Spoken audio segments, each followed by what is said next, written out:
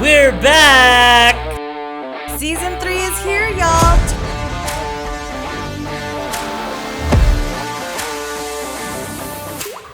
Turning the page with your hosts, Jer and Gel. We're not relationship experts, and this isn't professional life advice. We're just two ordinary souls willing to share our extraordinary journey in the hope of inspiring and encouraging you. Join us for Season 3 at Jer and Gel Podcast. Let's go! Woo woo!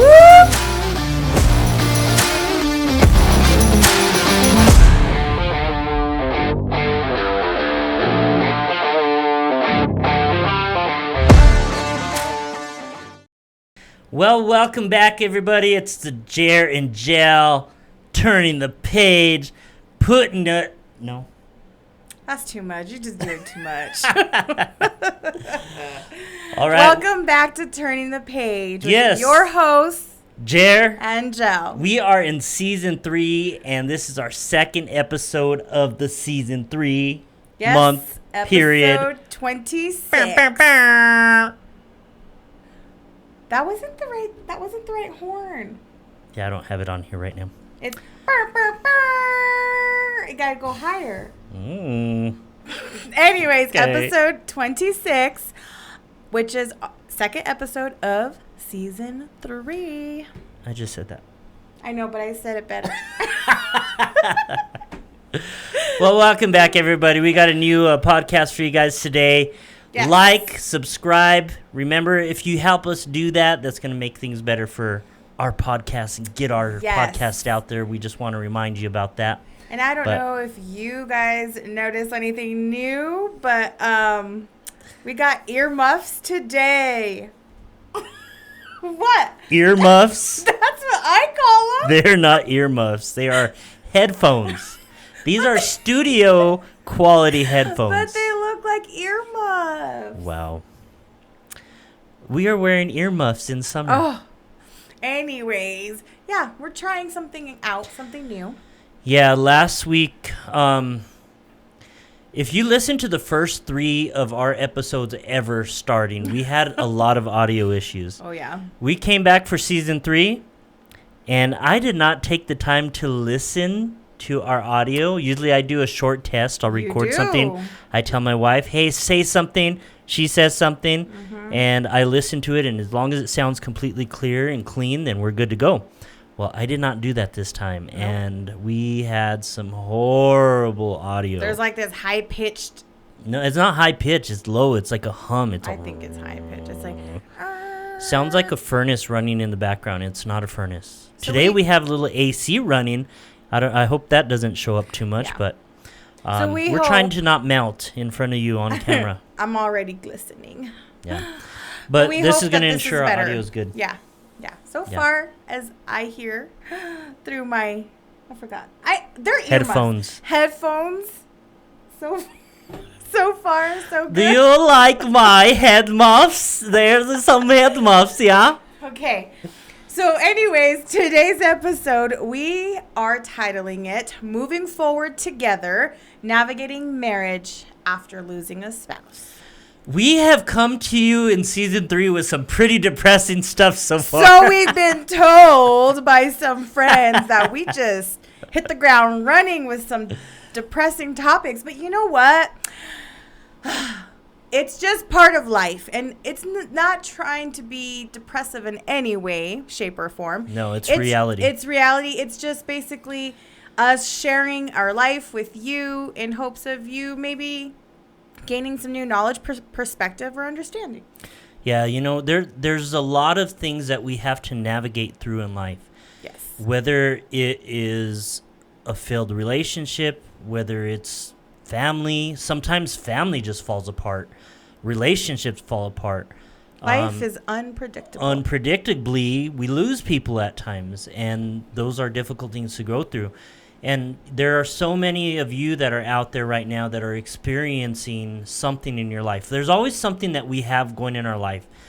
And I like the fact that we have the opportunity to challenge and to grow through all those opportunities. Those are stages that you can take on and grow in it and be better and learn how to navigate through it. So whatever you're going through, our heart's with you.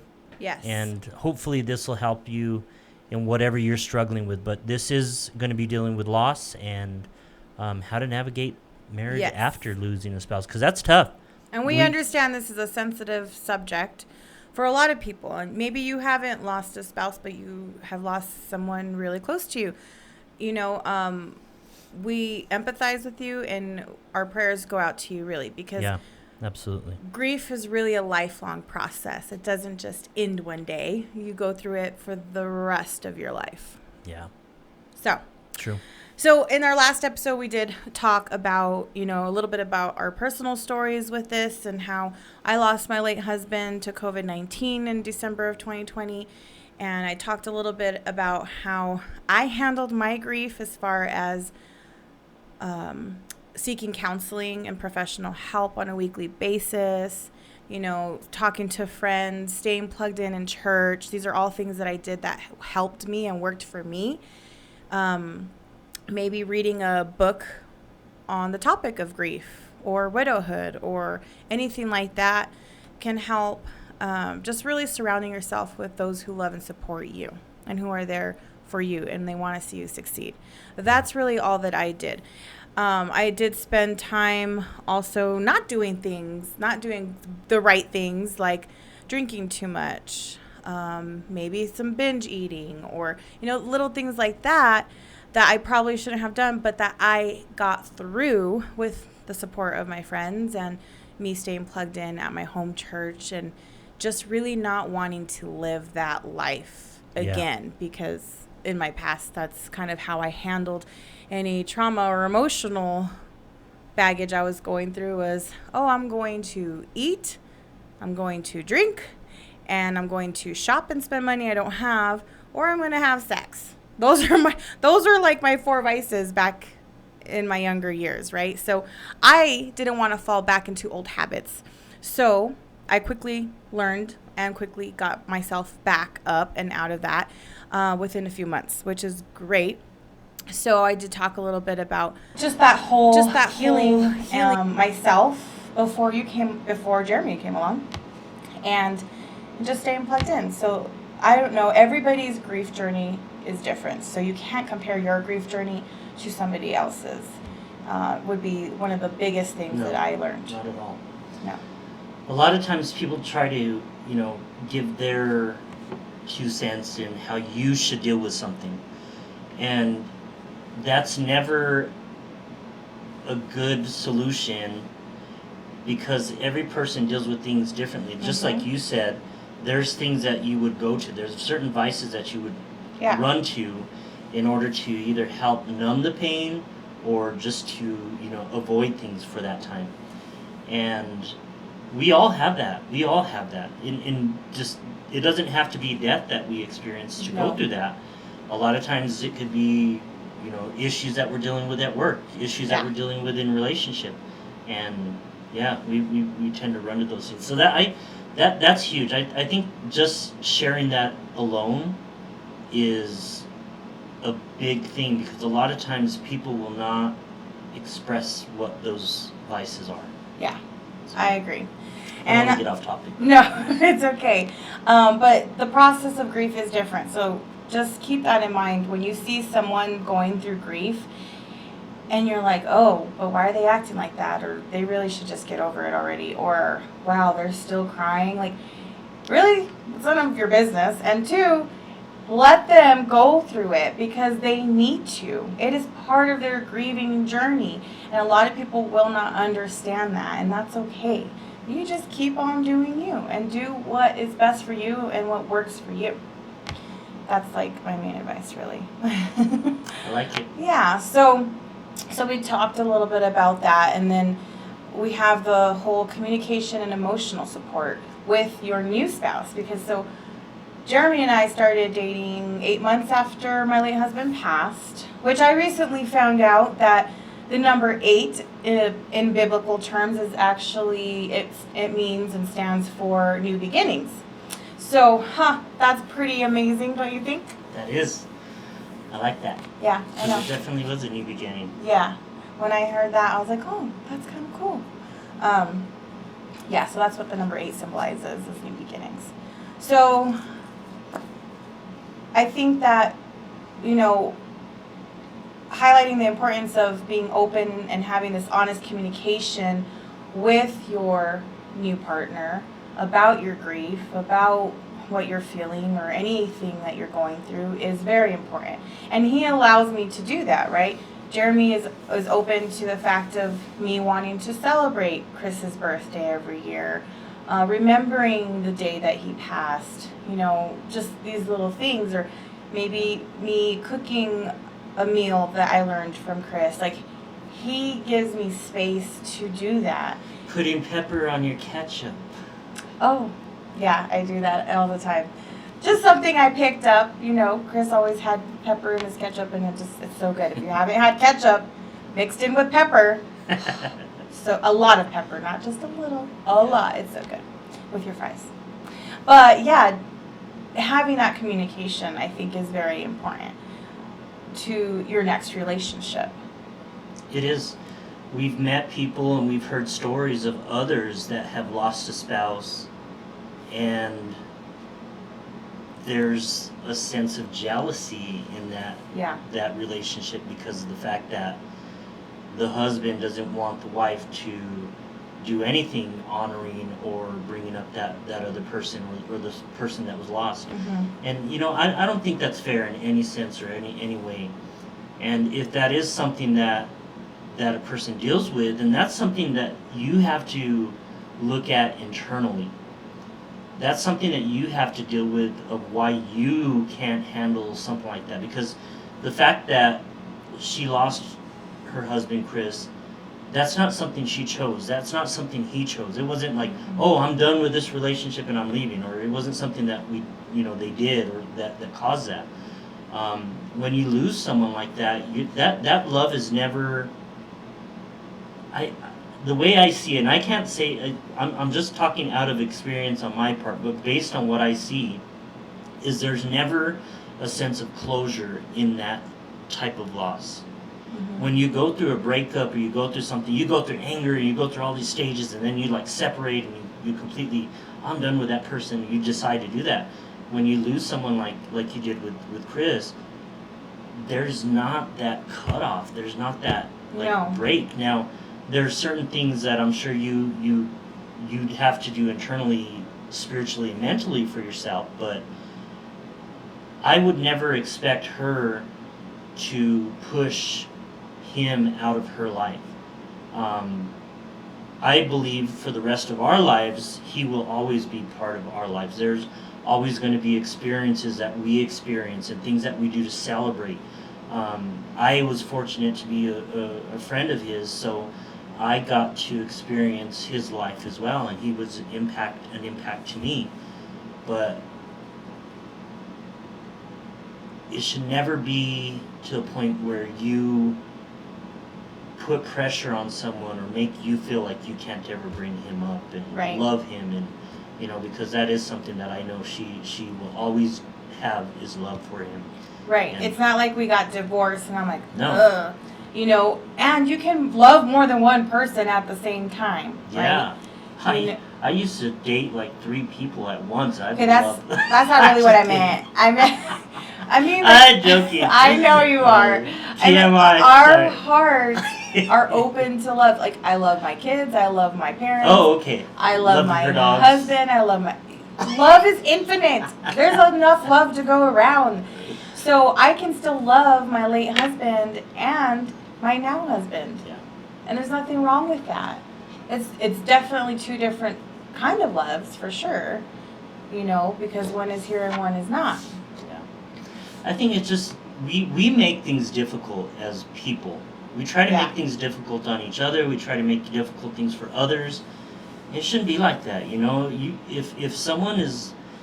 Even the fact with our relationship, when we started to have that attraction to each other, I was trying to, like, no, I can't do this, because I have always viewed you and seen you when back then it was like, that's Chris's wife. Like, she is still Chris's wife. It didn't change my view, my thought. However, the Bible does say till death do you part. Like you say it in your vows too. Yeah, true.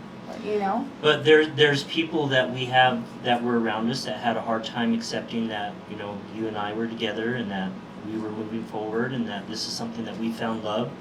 And like Heavy D said, now that we've found love, what are we going to do with it, you know? Know that song? Yes, I know Okay. that song. I'm getting way off topic, but... Yes, he is. He actually jumped to a future topic, but let's go ahead and deal with that now. So how do you deal with external judgment and stigma? Like, coping with that's hard. With that's societal judgment and their disapproval of surrounds getting remarried after losing a spouse, or 8 months is too soon.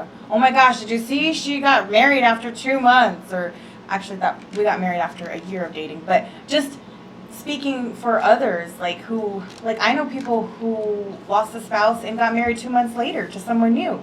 I know people who just can't be alone. They don't know how to be alone. They don't know how to be single. I actually do like being single. I mean, did. The Bible says it is good to find a wife, Mm-hmm. and you are blessed because of that. And Yeah. that isn't a lie. That isn't true. That isn't a lie. And a lot of times we can open ourselves up to doing stuff like you said earlier. If you're single and you're going through something and you're out there running, chasing this, chasing that, chasing everything that you shouldn't be, Mm-hmm. you put yourself in a bad spot. You put yourself in a bad position. I was in a position like that, Yeah. where I wasn't trying to have a relationship. I was pushing things away, and along came Jelly, you know, put peanut butter in my sandwich. Oh my gosh. We made a peanut butter jelly sandwich. I No, just but- can't with you sometimes, I swear. You don't like my analogies? Sometimes. Anyways, but you know, it's a great thing that we did find each other and where we Yeah. are and how our relationship started. It wasn't just like, boom, we're doing this and we're going off to the races. You know, Right. there was a lot of consideration. We had to both like look at things, and Yeah. I was concerned of what other people thought and how they were going to view us and how Yeah. they were going to react to us, which we got that. But He was a little bit more concerned than I it's was, the I best think. decision that I chose to make sure that I knew I was getting a relationship where it was going to be healthy spiritually, it was going to be healthy emotionally, and it was going to be healthy physically. Yeah. So, Yeah, you know, I mean, I did care a little bit about what people would say or think, but at the end of the day, nobody's opinion matters, right? no, You have to live your life, but the only opinion that I really care about is God's God's opinion. And there was confirmation from God and His blessing on our relationship. So I was like, okay, well, as long as I'm honoring God still and I'm good with Him, then I'm good. If people don't want to hang out with us anymore or talk to us anymore, then that's okay. That's on them. It doesn't affect me one way or another. You know, I think it was a little bit hard for my late husband's family to see me move on so quickly, in their eyes. You know, 8 months was not a long time for them, and that's okay. It breaks my heart because when we started dating, they kind of pushed me away, and so that was hard. That was pretty much other than losing Chris, that was like the next hardest thing I had to deal with. Was I already lost my husband, but now I have to lose my family too, which I wasn't expecting. Yeah. Like, I, in my mind and heart, was like, we're going to be family forever. It doesn't matter. Like, we didn't have kids together. We were married for a short time, but they were my family and I love them. And I just thought I would be in their lives forever. And that wasn't the case. And it was something it's actually something I still deal with today, that I struggle with, because I don't get to see them at all or talk to them on a regular basis, or holidays are different. Everything is different. And so dealing with what others think is not so much as hard for me as dealing with losing those who are still living. because they are still living. There's still that chance. Like, you should still, like, I believe in my heart that Chris would have wanted us to stay in touch, to still communicate and talk. And, usually, like, I'll text my former in-laws, like, hey, happy Mother's Day, happy Father's Day, or happy birthday. And Chris's kids as well, I'll text them on birthdays or just whenever I think of them. And they respond, but it is different. It is definitely a different dynamic now that Chris is not with us. And it's hard. It's definitely something hard to navigate. Not everyone is blessed to still maintain those relationships with those who are left behind, who are still living, of the person who passed. Like, I follow this widower on Instagram. And I've been following her for years. She's amazing. I actually have one of her posts pulled up here. Michelle Baumgart. And she has 2 kids, and she was married, and her late husband passed many years ago. I think this was like before 2013 when I started following her. I think it was like 2010, 2011. But she's just an inspiration, and she just has a lot of wisdom. And she lost her husband, I think, in a plane crash, from what I remember correctly. Can't remember 100% that story, but she remarried years later, and now they have a blended family. He has kids, she has kids. But she's always posting on her anniversary with her late husband, and then her anniversary with her now husband. And she's not, like, comparing the two, but she's like, you can honor your past while still being present in your present and your future. Yeah. Like, there's no, she does it for her kids too, right? And even though me and Chris didn't have kids, I would still like to honor the past, and we do every year still. So I just thought it was so beautiful that when she got married to her second husband, her late husband's parents went to the wedding. She danced with them, they danced with the kids. Like, they're very much involved in their lives still. And I just thought it was so beautiful. That is. If you are struggling with being in this new season of widowhood, whether you're male or female, because it doesn't matter, men can be widows too. Yeah. I would recommend following Michelle Baumgart. She is awesome. And her Instagram is Michelle Baumgart _ the number 1 FW, because she has this this blog called One Fit Widow, because one of the things that she did for her grieving was get active. She's always like, get your body moving, because it's true. Like, when you get your body moving, it helps you through the grief, which is why that's what I started when I first lost Chris. I was being active with my body, and it helps so much. So, anyways. That's good.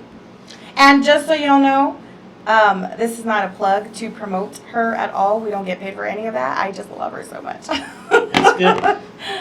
There's certain things that we come across that help us, in certain areas, or there's advice that, things that people say that can help you get through something. So that's awesome. That's cool that we got that. So. We're talking about dealing with external judgment and stigma, right? So what are some strategies for dealing with family or friends or colleagues that may not understand your choices? Well, I can't speak for others, but for me, the only strategy that I really had was praying to God. Because I can't control other people's understanding of my choices, nor do I want to. It's not my responsibility to make you understand, this is why I decided to do this. This is why I'm doing this. It's not my job to do that. But what you can do, or what I did, was just pray for them, and wish them the best, because there's not much you can do in that aspect. You can't make them be a part of your life, and no matter how much you try or push or give, because I'm a giver. My love language is giving, and so feel like I'm always giving. But at some point, you give and you give and you give and you don't receive anything in return. And I recently was told this by a close friend, and even some of my relatives, my family, is like, you're giving and you're giving and you're giving, but you're not receiving anything, right? And I'm just like, yeah, I don't care. I really don't care, because that's not, I don't give to receive. I give because that is what is on my heart, and that is what God has told me to do. Like, you know, I give my my former stepkids, Chris's kids, Christmas gifts every year. Still, I will probably always do that. And they're grown adults. They're like in their early 20s, and one of them has 2 kids, or one and one on the way, and I will still give them gifts, right? Because they were going to be my future grandbabies. Love them. And so I don't mind giving, even if I don't get to see them, even if I never get to talk to them. I don't care, because that is what's on my heart, and that is what God put on my heart. And I know Chris would have wanted me to do that. And I'm just going to keep on doing me. I don't care what my family says or what my friends think, that I'm giving too much, or because at the end of the day, it doesn't matter. No. I think, depending how you deal with things and the way you experience this and the way you do it is you give from your heart. You give to be a blessing. You give to be finding love again, right? Something that is not impossible when after losing someone. It's inevitable, especially if you're younger, right? Yeah. Because I'm 35 and I was 33 when he passed. So it'll be 3 years this December. And even though it's going to be 3 years, oh my gosh, it feels like almost, it kind of sometimes feels like yesterday. Yeah. To be honest. Well, things don't get easier, it's not always yeah. A lot of times people say, oh, I'm sorry for what happened, things will get easier. It really doesn't, No. Mm-hmm. I don't think but it you learn how does. to manage and how to cope, and how to deal with your triggers and memories, because that is going to happen. You're going to have a trigger. You're going to have a memory that might make you cry. One day you'll feel good, the next day you won't. That's just how it is sometimes. And how do you manage with that? How do you manage your triggers and your memories? Well, I always embrace all my memories, so I will welcome any memory. Sometimes I get a random memory, like, oh, I remember when we did this, or I'll be driving down the street and it's like, oh yeah, we used to love going at that restaurant, or there's things like that. But then there are other things, like, and I don't think I've ever shared this with you, because something new. Yeah, something new. Wow. But it was many, many months ago. I can't even remember what month, to be honest, but it was probably like at least 6 months ago, somewhere around there. I was like really overwhelmed and stressed, just about everything probably, like work and just everything that life throws at you. And I get overwhelmed pretty easily. Like if the house is a mess, I have work to do at work, I have all these things going on, I have to volunteer here, I'm doing this, and then Carter's schedule, because my son's schedule is crazy. Like when I have all of these things going on, I tend to feel overwhelmed and like I don't have enough time to do things. But there's always time. Like God always makes time for everything to get done. But there was one day in particular that I didn't go to bed with you that night. And we always go to bed at the same time together. Just our thing. Like I won't ever go to bed without him. But that night I think I was up. I told you I was up late so like editing. 2 in the morning or something? Well, probably, but I was editing photos, because there are times where like I have to get these photos done, and so very few times I've not gone to bed with you. I think like I can count on one hand how many times I've stayed up just editing photos. But I'm editing photos and I'm so overwhelmed and I just feel like crying. So I start crying. And I remember getting this thought while I was crying and feeling overwhelmed, and you're all happy and asleep. Yeah, I was bugged with you because you just went to sleep. And I think I had even shared like how overwhelmed and stressed I was feeling, yada yada, to you or something. And you, I don't know, you probably said something like, "Oh, well, we'll get done, don't worry," and something like that. And then you go to bed, and then he just goes to bed. So when I was crying and feeling overwhelmed, I also prayed. Yeah. But I remember thinking, if Chris was here, he would probably say this, or he would do this to make me feel better. And I never share that with you because, one, I think that's rude, comparing, because you can't compare two loves. It's different. But how he would have handled something as opposed to how you handle something is totally different, and that's okay. And I think at that moment, because I even prayed to God that night. Sorry, I'm going to cry. I didn't want to cry. I think I even asked him, like, hey, take this feeling away. I don't want to feel like this. I don't want to feel like, how do I say this? I don't want to feel like, I have tissues somewhere, but it's okay. I just won't. It's fine, babe. It's fine. I don't want to feel like I'm comparing the two, or like one is better than the other, or I'm not getting what I need from one and that's here. I don't want to feel like that, because I know from my experience that that's not a thought that comes from God. That is a thought that is placed, from the enemy to make me feel a certain way so that I can distance myself from my husband. And I learned that in the early years with Chris. And so, because I would have thoughts like that all the time. And you just have to like cast them down because they're not healthy thoughts. But I remember feeling that way and so overwhelmed that night that I just had to pray and like, take this away. I don't want to view Jeremy in a different way. I don't want to view him as he's not good enough, or he can't give me what I need, or I don't. And so I prayed that prayer, and then the next day I was fine. And I just kept moving forward. So these are the things that when you lose your spouse, that there are these triggers and these memories that sometimes will come up that I have to deal with, that I don't really tell you all the time because I don't think it's important. Because if it was really important, like if it was really affecting, if I didn't handle it, then I'd be like, hey, I'm struggling with this. Like, I need you to pray or need you to help me to deal with this because this is how I'm feeling right now. But I didn't feel like I needed to at that time, which is why I didn't bring it up until now because it's on our topics.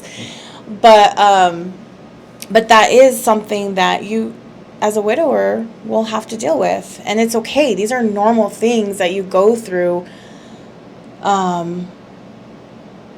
when you're grieving. And I'm sure there'll be more moments in the future that will come up too. It happens. But you learn to cope and you learn to manage, right? Yeah. And they make you stronger. Yeah, we learn things on, a daily and weekly basis on things that we go through. And, it's a process. There are things that you go through, and there are things that you're going to, fail in, and there's things that you're going to do well in. Yeah. And, those are things that are important,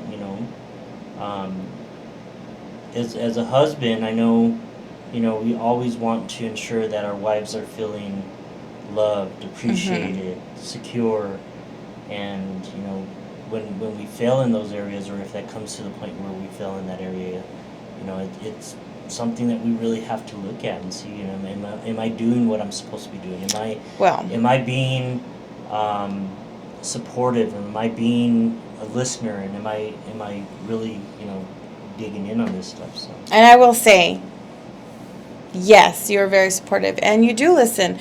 That day was just like one of those crazy out of the norm days Yeah. that I'm like feeling way too much. And just needed a little extra something. I don't know. I don't really know. Because, like I said, it was a long time ago. But I remember distinctly feeling that way and thinking that and praying. And so, yeah. So those are just some things that you might come across in your grief. And then for our last topic we have is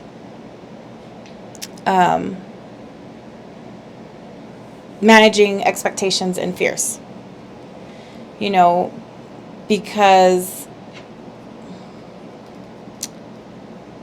there are some things that I have anxiety about and fear now, right? Like you dying, you know, and so that's another kind of trigger. Like he got COVID, Jeremy got COVID like January. We were just like newly dating, and it was January of 2021, I think it was. No, sorry, 2022. January 2022. And and he was like sick with COVID-19, so that's a trigger for me. And I was like, oh my gosh. And we didn't live together, you know, we were just starting to talk, and I was like, you are not going home. You are staying here. And I took over her bed. Yeah, and I was like, I'll go in here in this room, you stay here. I made sure he had all of his meals prepared. I had him on all of these vitamins. I was like, I don't care if you're not hungry, you're eating this and you're drinking this and you're doing all this. And he got better within 7 days, but his fever wouldn't break. And I was just like, PTSD, man, all over again, because, you know, Chris had COVID-19 and his fever wouldn't break. And so, so that is, and I think I remember telling you, I was like, I really was just focused. I was like, focus on getting you better. Yeah. And after he was better, after the 7 days, I can finally breathe again. It was like, okay, I'm alive again. I can breathe. But I was so stressed out that whole week. And I was just like, so I didn't want to like scare him or make him feel all weird. So I didn't talk to him about it till after the fact. I was like, just so you know, that was a really hard week for me. And I'm glad you're better.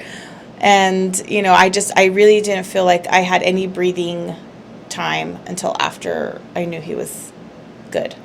And that was his second time getting COVID, because his first time you were hospitalized as well, and got out. And so I was like, oh man, his body just doesn't do well with COVID-19. This is the second time getting it. I was like, this is gonna be awful. But I didn't have to go to the hospital, and I got to stay home, and it was great. Yes. And I got better quick. Yes. Because my nurse. Thanks to Nurse Gel. But then now, like, I feel like I have this like PTSD from any hospital, anything, because then you got sick again later, but it wasn't from COVID. He was having heart issues. And one of the things that Chris did not allow me to do was take him to the emergency room. He was like, nope. You know, men are stubborn. He's like, I don't want to go. I'm fine. It'll pass. And we didn't know it was COVID yet. And 1 day goes by, 2 days, 3 days, 4 days go by. Fever's not breaking. Still doesn't want to go. And so I communicated with Jeremy. I was like, listen, I don't care if you want to go, but we're going. And he understood because he knew my experience. Like, you don't wait. You go. And so we went, and we're in the emergency room, and he's like kind of pale, and his heart rate was just like really fast, like super fast. Like it was like over 200 beats per minute, and it was like a 186 or something. But it reached over 200. Oh yeah. That first time, not the second time. Sorry, the first time. We got it under control now. But and I was just freaking out, and it was like that all day. Like he had an abnormal, really high heart rate all day. And so I take him, and he can't even stand. So I was like, well, go sit on the chair. I check him in, and mind you, this is the same emergency room I took my late husband to, because it's like right down the street, right? And so I'm already starting with the PTSD in the lobby. But I'm over here like praying under my breath. Like I'm like, God, please give me the strength. Like, and I'm literally praying under my breath. I'm standing after I check him in. I'm standing next to you. I'm like praying in tongues underneath my breath, like making sure like he's covered, and I'm just like, no. And it wasn't even COVID. It was just his heart issue. So then he starts to pass out, and it looked like he was having a seizure because he was foaming from his mouth, and he was kind of like, you think it's funny, but he was like jerking like this. I do not remember that. And I'm like freaking out, and I'm like, I need someone now. And they get him right away in. They put him in the wheelchair, and it passed like within 60 seconds he was back. But it was scary, and never want to go through that again. The second time that you had the heart issue, you were better. We knew what to do. We're like, okay, we're going. Yeah.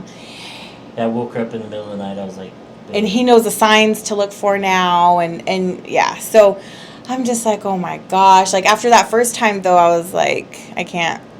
I realized I was like, nope. And so I was just so thankful because he understands like, hey, when I say we're going to the emergency room, you can't tell me no, we're going.